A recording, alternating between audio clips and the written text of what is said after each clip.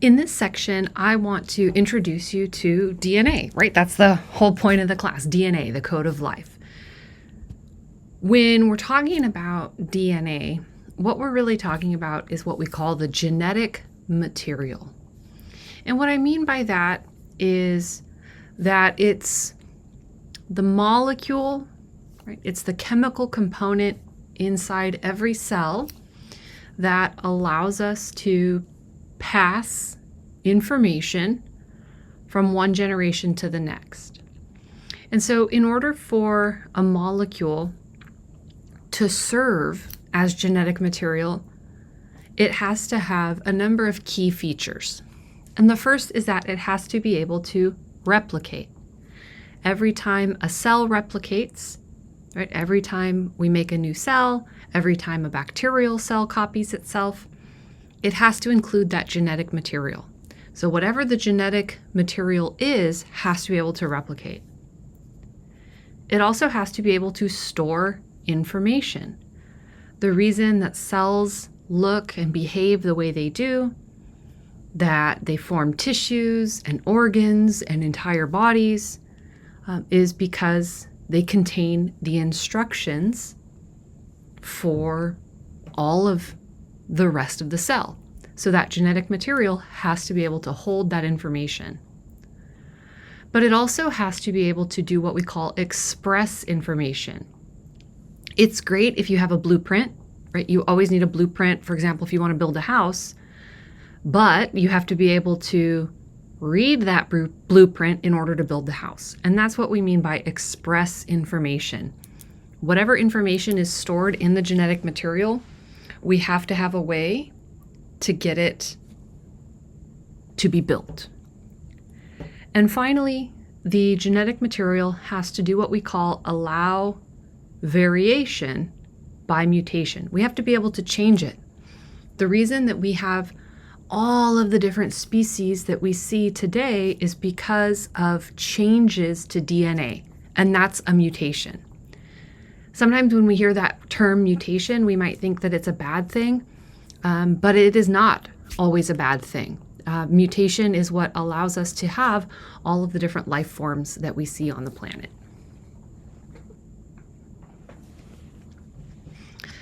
And so for a long time, scientists had no idea what the genetic material was. And we'll talk more about the history of how scientists learned that the genetic material was DNA. But first, let's talk about DNA as a molecule itself.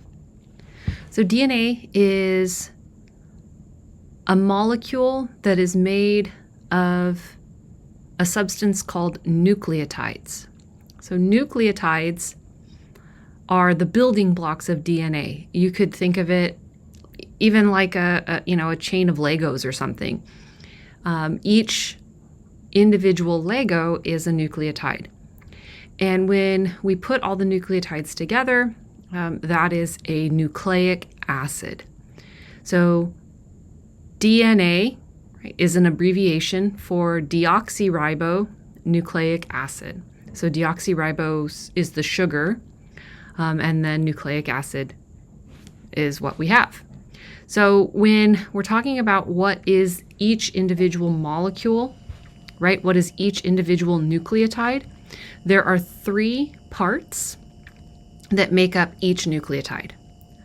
There is a base, and we call them nitrogenous bases because they have a ton of nitrogen in them, and we'll see a picture in just a minute. There is a sugar. It's a pentose sugar. That means it has 5 carbons. And there's a phosphate group. And when we're talking about the nitrogenous bases, you can see pictures of them here. There are 2 different kinds. There's a purine, which are these bigger ones here. And there's a pyrimidine, which are these smaller ones here. The 2 purines, there's only 2, are guanine and adenine. So those are your 2 purines. And then your 3 pyrimidines are cytosine, thymine, and uracil. And I had a really hard time when I was learning this material remembering which are purines and which are pyrimidines. So here's how I remembered. The pyrimidines, the word pyrimidine has a Y in it. Cytosine and thymine also have a Y. So they are pyrimidines. That's how I remembered it. And you might be thinking, well, then what about uracil? Well, I'll tell you my uracil trick in just a minute. Those of you who are biology majors, you already know this. Or if you remember your high school biology, you might know why uracil is pretty easy to remember, even though it doesn't have a Y. But I'll give that to you in just a minute. The other thing we're looking at here are what the 5-carbon sugars look like, the pentose sugars. And you notice there's 2 listed, ribose and deoxyribose. So in our bodies, we have 2 different kinds of nucleic acids, right? This class is called DNA, the code of life. So DNA, of course, is one of the major nucleic acids. The other important nucleic acid is RNA, ribonucleic acid. So when our bodies, any cell is making nucleic acids, if they are making RNA, they use this sugar here, ribose. If they are making DNA, they use this sugar here, deoxyribose. If you break apart the word deoxyribose, it's ribose lacking in oxygen. And so what you can see here on this carbon is in ribose, there's an OH group. O is oxygen, H is hydrogen. In deoxyribose, we're lacking that oxygen. So that's why it's deoxyribo. And you see the carbons are labeled 1, 2, 3, 4, 5, and this little symbol, we call it prime. So it's the 2' carbon that is different between ribose and deoxyribose. So now my trick for remembering that uracil is a pyrimidine, even though it doesn't have a Y in it, is because when we're talking about making up DNA, we use only 4 of the 5 bases. We use the adenine, the cytosine, the thymine, and the guanine. So A, C, T, and G.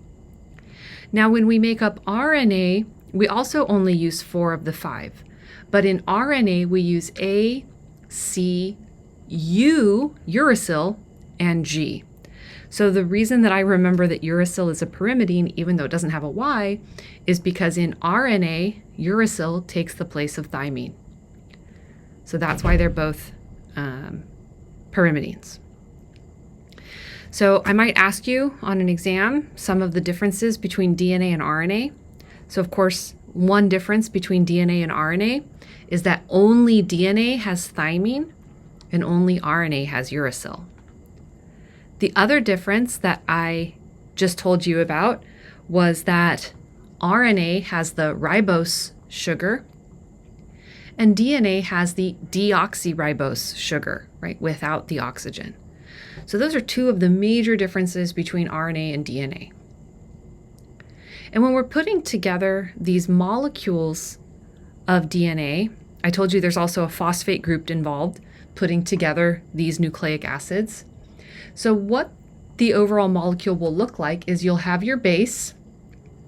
Here they're showing a thymine, this is a guanine, attached to the first carbon, the 1' carbon. If you look to the 2' carbon, you see that it has only a hydrogen. It's deoxy, so this is a molecule of DNA. So we have 2 ways to know that this is DNA. 1, it has a thymine, which is only found in DNA. And 2, it's lacking the oxygen. So there's 2 confirmations that we have DNA instead of RNA.